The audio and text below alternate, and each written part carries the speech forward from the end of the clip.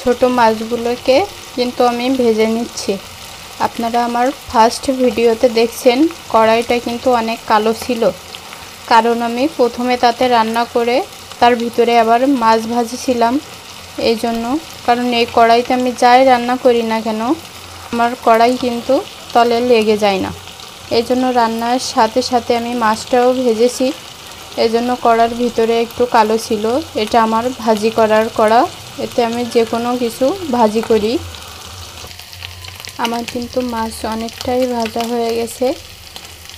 আমার কিন্তু কড়া বহুত আছে, কিন্তু সেদিন আমি ভাবছিলাম ওর ভিতরেই দিয়ে দিলে, কারণ কড়াইয়ের তলে লাগে না যখন তখন তো রান্না করতে সমস্যা নাই।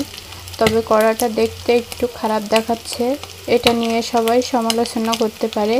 তার জন্য আমি আজকের ভিডিওতে এটা ক্লিয়ার করে দিলাম, যাতে কেউ খারাপ কমেন্ট না করে। তার জন্য আমার মাছ কিন্তু ভাজা শেষ। মাছ ভাজার পরে কিন্তু কড়ার ভিতরে তেল রয়ে গেছে। এর ভিতরে আমি দিয়ে দেব পেঁয়াজ, ঝাল দিয়ে এটাকে আমি কিছুক্ষণ ভালোভাবে মিক্সড করব।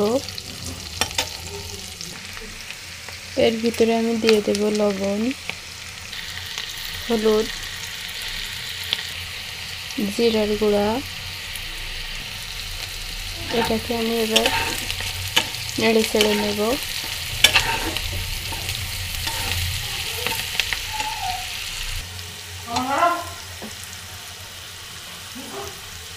রসুন বাটা, ঝাল বাটা,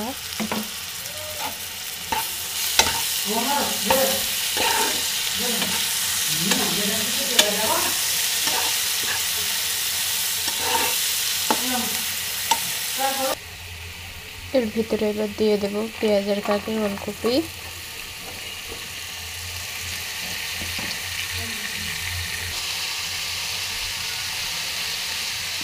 এটাকে এবার কিছুক্ষণ ঢেকে রাখবো। এবার এটাকে আমি উল্টে দেব। দেখেন এটা থেকে কিন্তু পানি বের হয়েছে।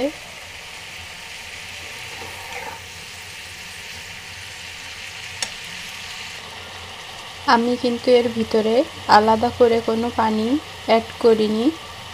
এর ভিতর থেকে যে পানি বের হয়েছে, আশা করি এর ভিতরে ওলকপি পেঁয়াজের কালি সিদ্ধ হয়ে যাবে।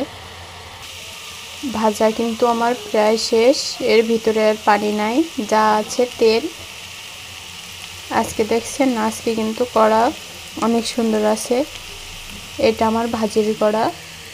আমার কিন্তু দুইটা ভাজির কড়া, দুইটাই এরকম দেখতে। আপনারা কিন্তু আবার ভাববেন না আমি কড়া ধুই না, কিংবা আমার কড়া কালো, এসব কিছু মনে করার মতো কিছু হয়নি।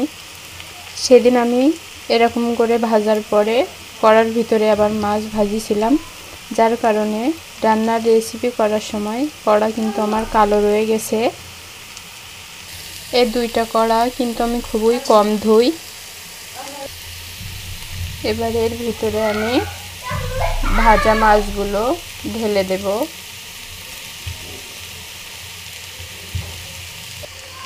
এবার এটাকে আমি আরো কিছুক্ষণ ভাজবো। আমার কিন্তু ভাজা শেষ। এবার এটাকে আমি নামিয়ে নেব।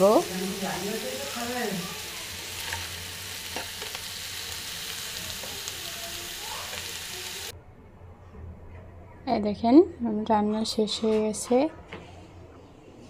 আল্লাহ হাফেজ, সবাই ভালো থাকবেন। আর আমার কড়াইটা নিয়ে কেউ কিছু মনে করবেন না, ওটা আমি সবসময় ভাজা পোড়া করি, এই জন্য তার কারণে ওর ভিতরেই সেদিন আমি মাছ ভাজিছিলাম। Thank you.